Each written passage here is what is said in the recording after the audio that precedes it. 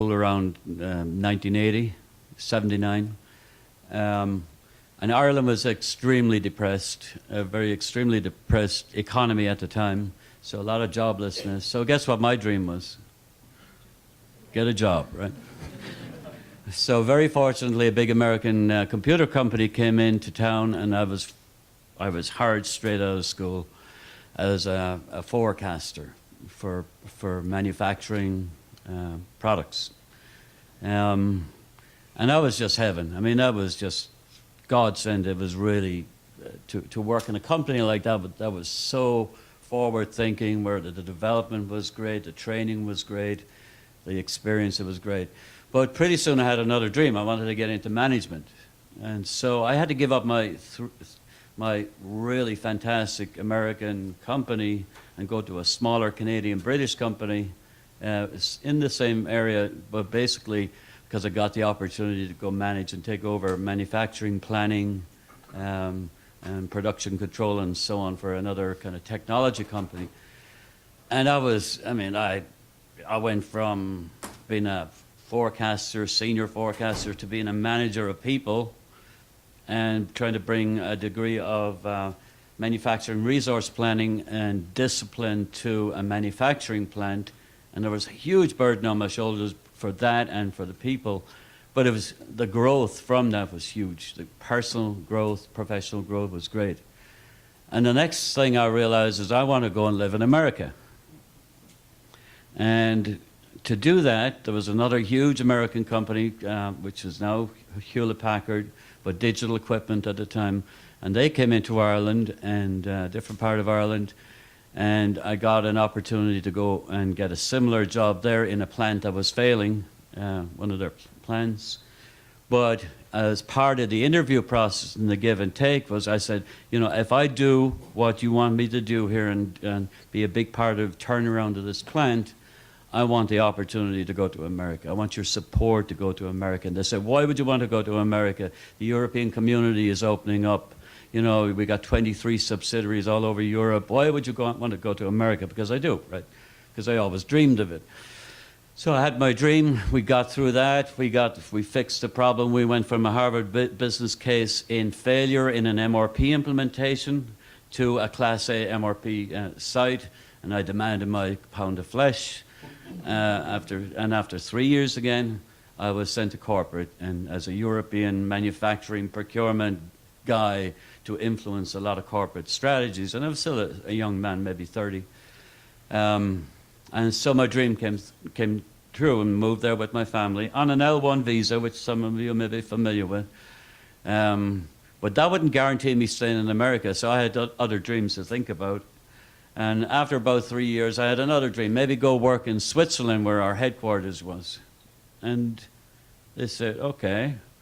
Well, guess what? One of our countries had a big problem with procurement, and they asked me to go over and help them for 3 months, Italy, big fraud issues and what have you, and kind of help them reorganize the subsidiary procurement.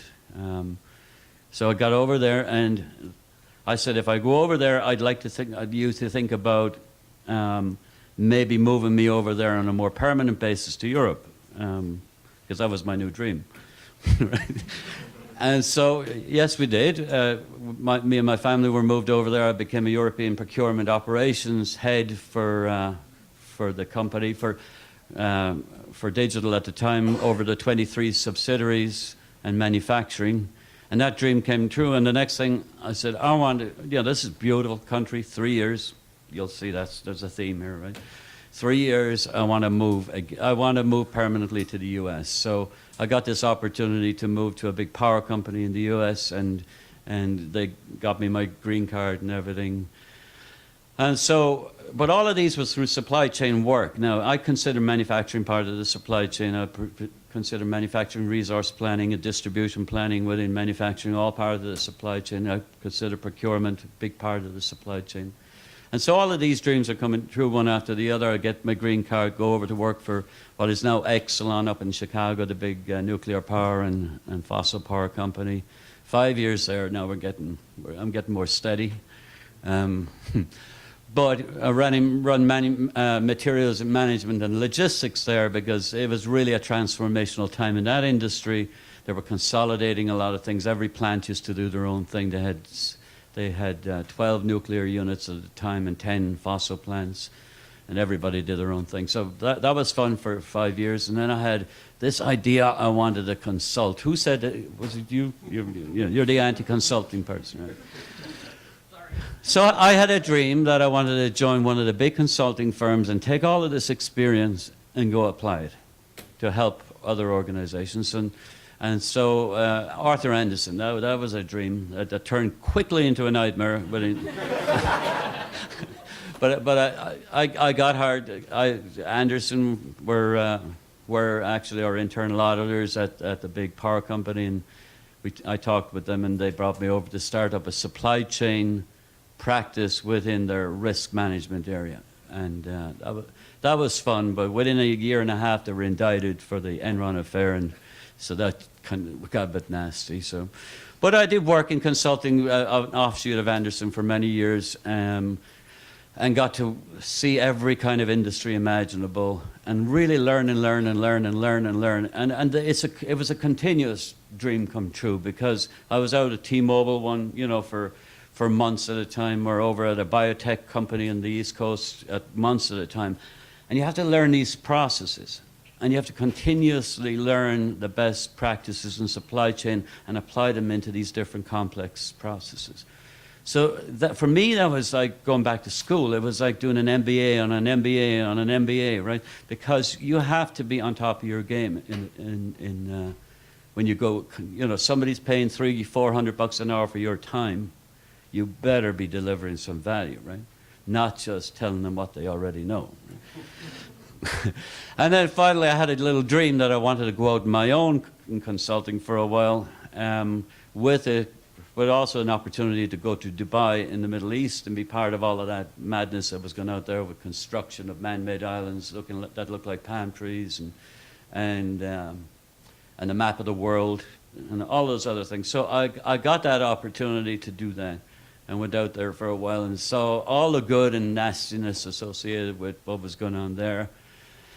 And was away from my family for so long, even though I was making a ton of money, that I said, enough of that dream. So I decided I wanted to get back stop the traveling, get back into industry. Ultimately, I worked in financial services for a bit. That wasn't really my dream, although it was fun.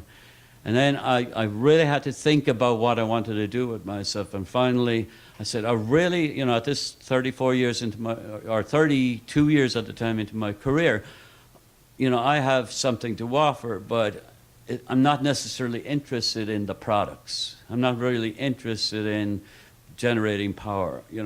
I'm interested. Where can I find a mission and vision in an organization that I can really contribute to, that I feel really proud of making that contribution? And that's when the job in Purdue came up. I saw it. It was like a dream come true. Not the money. They pay about half as much as I was earning before, right? But the dream of supporting a mission around education, research, development, outreach, all of that. And here am I, 34 years later, all this supply chain and procurement background, and it helped me achieve all these different dreams. Now I'm working in my dream job in a really madhouse environment, working with the madhouse that is the academy and the madhouse that is the administration, and in between both. It is absolutely so different, so unique, so fantastic, and it is a dream come true to work for Purdue and to make a contribution. So that's the dream thing. Quick word on mentoring. I've been in the formal mentoring, informal mentoring, 34 years. Think about it, all the mentoring, mentees, the formal, informal. What I would say the most effective way of mentoring is to delegate. Give people responsibility, hold them accountable, give them a little room to fail, but delegate, and give up some of that power and control. Thank you. We have time for one more question. We'll go to Gustavo. I'm Gustavo. I'm a first-year MBA. And first of all, thank you for coming. I appreciate you taking our questions and expanding on the dream. But my question is specifically to Elizabeth. please explain to us the supply chain of Twitter. Oh, goody. Thank you for asking. Yeah, so when I'm going to back up just a little bit before I explain the supply chain of Twitter thing. When I was at the job before that I had before I went to Twitter, I had got into that position because I really wanted. So I ended up going and getting an MBA. When I left Purdue, I thought that was the end of business school for me and that I would never go back to business school ever again. But I realized after some time that I probably should get my MBA. And so I did a part-time program while I was at Microsoft at Seattle University. It was a really great program. Seattle University is, they focus a lot on social entrepreneurship. And it got me really thinking about what it was that I wanted to do in my career and where I was going with my career. And I realized that I didn't really, the things I wanted to accomplish, I couldn't really do them at Microsoft. And so I left Microsoft and I thought maybe I would pursue some sort of a social entrepreneurship position. You know, I had done a bunch of papers and stuff for my MBA program, and I thought maybe I would pursue one of those ideas as an entrepreneur. I traveled for a little bit. I ended up taking a job with an energy efficiency company, and I did that for a while, and it wasn't really supply chain. It was more project management, program management, and it was a non-for-profit. And the non-for-profit world is very, very different than the for-profit world, in case you guys haven't figured this out yet. And the non-for-profit that I worked for was run kind of like, it was run as much like a business as I think any non-for-profit probably could be. And they were, and it was great, but it wasn't like, it wasn't technology, and I really wanted to get back into technology again. And I started going to this speaker series in San Francisco where one of these journalists would sit down and do a fireside chat with some CEO from a big name tech company, and they would do this once a month. And I'd go to these things and I would listen to them talk about how they built their company and their thoughts about managing people and their thoughts about motivating people and their thoughts about where technology was going and all these really great things. And I kept picking up little bits and pieces of information, and I finally realized, I spent all this time doing technology stuff. I really should get back into technology again. I really miss technology. And so I started looking for opportunities that would be in technology, and I never thought Twitter. But one of the guys who was being interviewed in one of these fireside chats had mentioned something about the management style of Dick Costolo, who's the CEO of Twitter. And was saying some really fabulous things about how much he'd learned from the way that not only Dick manages the company, but also the way how important he feels it is to train the managers of his company to manage as he wants them to, right? As he wants the company managed, all the way down to like first level managers, right? And he holds classes for all of the managers in the company, right? And I was like, wow. This is fabulous. Like I gotta work at this company, because I had realized by this point in my career that management is really important, and getting behind, getting into an organization where you can really feel aligned with the values of the senior leadership of the organization is really, really important. And like so many people have said that already today, but I will agree, it's really, really important. And the company that I had been working for was doing some pretty shady things at the senior levels of management, and I needed to get out of there. So because I wasn't in line with my values. And so I looked around, and I found that Twitter had a supply. I looked at their website, and I thought, they're never going to have anything that I could fit. Maybe a project manager, maybe I could be a project manager. And they had this thing, supply chain manager. It's like, oh my God, you're kidding me, really? Supply chain manager? This is insane, really? And I opened up the job description and I read it, and I can do all of these things. This is what I got my degree in. Oh my God, I could do this. And so the first thing I did was I looked at my LinkedIn network to see who it was that I knew that worked at that company. And turned out that my husband had worked with a guy who was really high level in the organization, and it's very important to find in your network and in, because if you cold call a company, it's much, much harder to get in than if you know somebody that can submit your resume on your behalf and that can vouch for you, right? So this got me thinking, well, what is it that they need a supply chain manager for, right? Well, Twitter is a web company, right? Also mobile, right? They have data centers that support the operations of the company, right? So that you can go on the website at any point in time during the day and see what's going on in the world, or on your phone or whatever, right? Those data centers need to be constantly supplied with servers and all of the parts that go into making racks to put the servers into and to deploy them into the data center. So there's networking and a whole bunch of things that I had no idea about. But I knew supply chain. And so I went and I talked to them at the interview, and I said to them, like, look, guys, I don't know anything about hardware, really. And I've never really worked with computer hardware before. But I've looked at all these industries that I've worked in the past, and how quickly I've learned. I learned about making paper. I didn't know anything about making paper. I learned about making airplanes. I didn't know anything about making airplanes. I learned about all these different things that I learned about in my career and mastered them. And I can do this too. And you guys should believe in me because I know supply chain really, really well, and you guys need me on your team, right? And so I got in there, and I am the person who does all of the supply planning for servers. We don't have a very big supply chain team. The company is mostly software engineers and salespeople and finance people. And it's like 50% engineers, though. But we have an infrastructure operations team that does everything associated with the data centers, right? Makes sure that the information is secure. Makes sure that there's enough servers in the warehouse or in the data center. Make sure that there's enough supply in the warehouse to build out racks of servers for the data centers.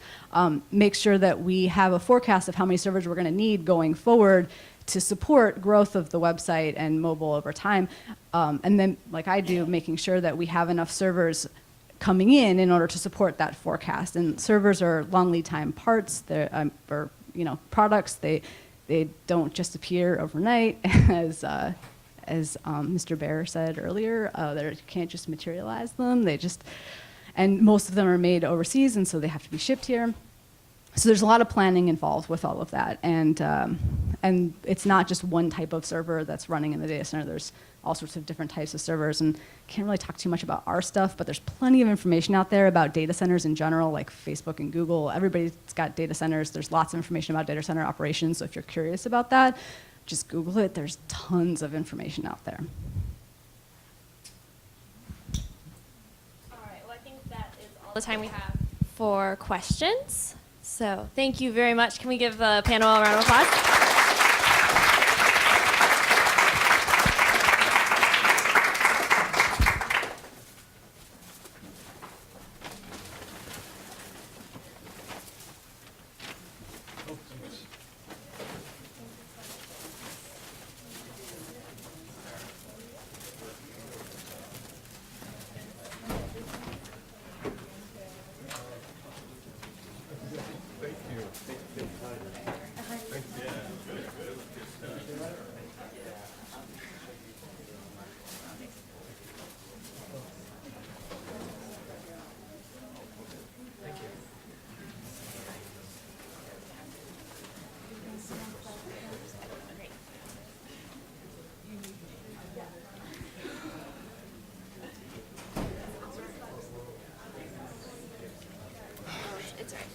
Okay, so now we're going to announce the winner of the poster competition. So we can have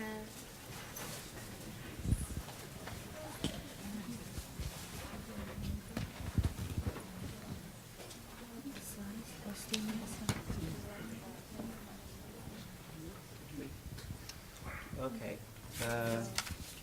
So I'll announce the graduates. The third prize goes to Manigandhan Ramesh.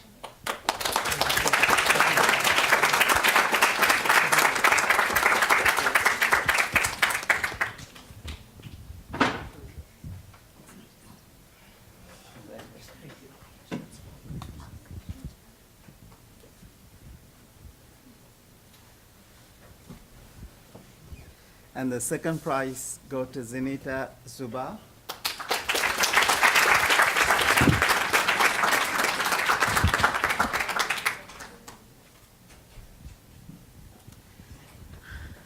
And the first prize goes to Curtis Coleman.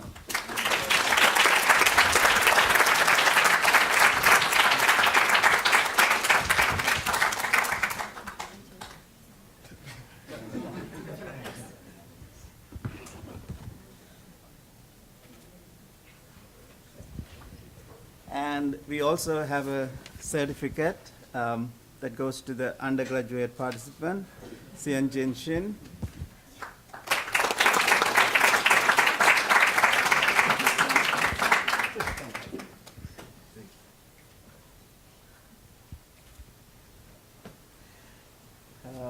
Okay, so please don't leave yet because I'm going to make closing remarks. Thank you. So I'd like to thank you for participating, coming and participating, both the industry participants, the students, and the faculty. It's a great event, and I enjoyed it as much. I hope you did that too. But one thing you need to know about these events is that it's not just the center organizers, the students. It's basically the student drives all these things that happens today. So I like to spend a little bit of time recognizing the students who contributed. And one of the things that I said about the center, how we have become student focused, and there are two clubs, undergraduate club and the graduate students club, that aligns and works with us and help us do a lot of things. So first, I like to recognize, when I call your name, could you please get up so that everybody can recognize you? So we have the Operations and Supply Chain organization, OSCO, with the undergraduate organization, and Sarah is the president. So please recognize her. And the Operations Club for the graduates, we have Courtney, president of that. Okay. And I also like to recognize Russell. Selnet? Where's Selnet? Okay, please. And also Andres, he was in the front. Okay, Andres. You would see people with pink badge. So you would see that the different colors, that's essentially intended to discriminate different, not discriminate exactly, but as you may say, to distinguish. So if you see anyone with a pink badge, say thank you, because these are student assistants who volunteers and help us a lot in these programs. And particularly, I also like to introduce Cheyenne. Is Cheyenne here? Okay. And one of the reason is, I don't know how many of you recognize her.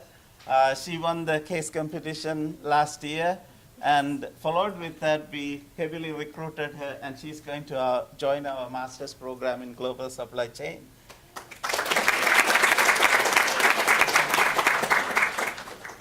And Eric, and all the student assistants and volunteers, please everybody acknowledge them. They have pink badges, so thank you.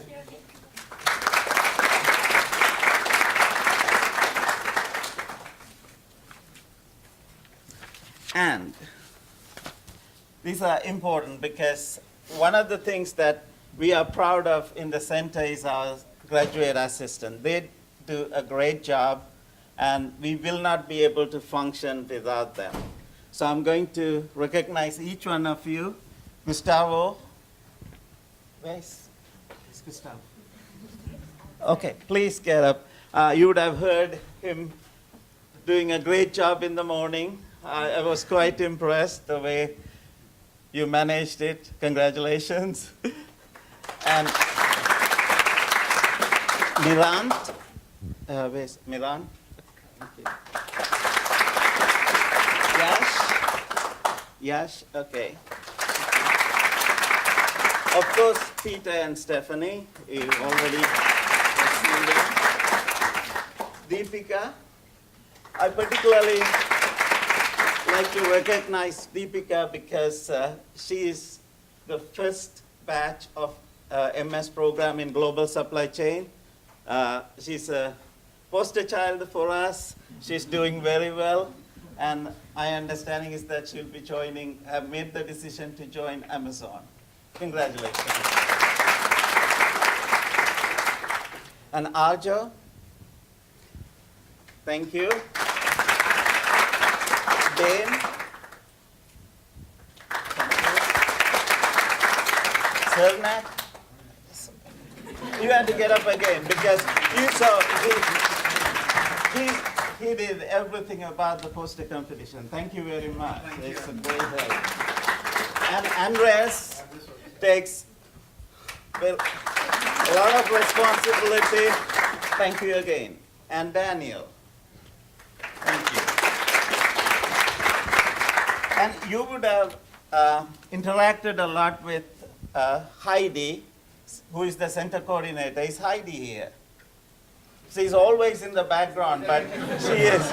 You know that when somebody is in the background, they are doing a lot of work even now. So I like to show appreciation for Heidi. And I hope I'm not forgetting anybody. Oh, okay.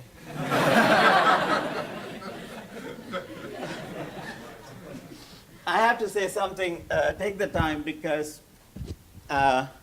last year we went after Annabelle. She was tenured professor at University of Texas at Austin. She was very comfortable, she likes the place, yet we worked hard to convince her that we have better weather and a better atmosphere here. Brought her for her brilliant research and excellent teaching. I mean, the students will attest to that, and the faculty would say that she's a great researcher and a good colleague to have. But talk about hidden talents. After she came, we realized that I basically can depend 100% on her, and she took over. And actually, she manages the center completely by herself. I have nothing to do. So I like to say special thanks to Annabelle. I think she's hiding. Oh, wait.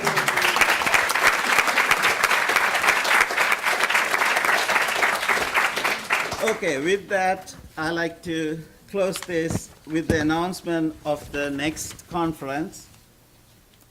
And it's going to be technology-driven supply chain.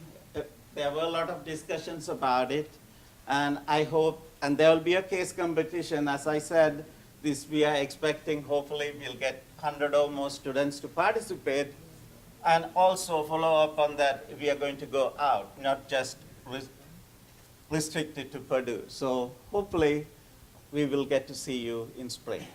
Thank you very much for coming.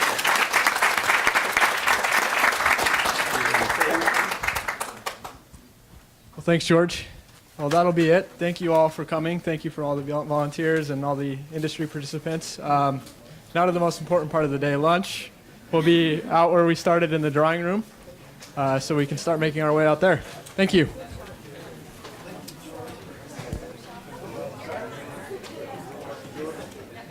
All right. Well done. Good job. All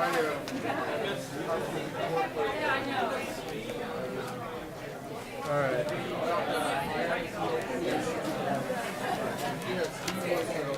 Good job. Yeah, I mean.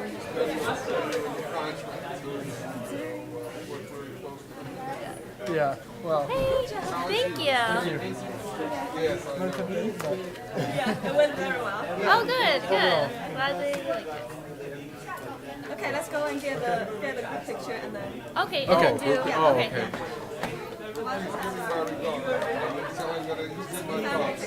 Every conference we add some new people and we'll Yeah. take a new picture to replace the old one. Okay. Cool. Thank you so much.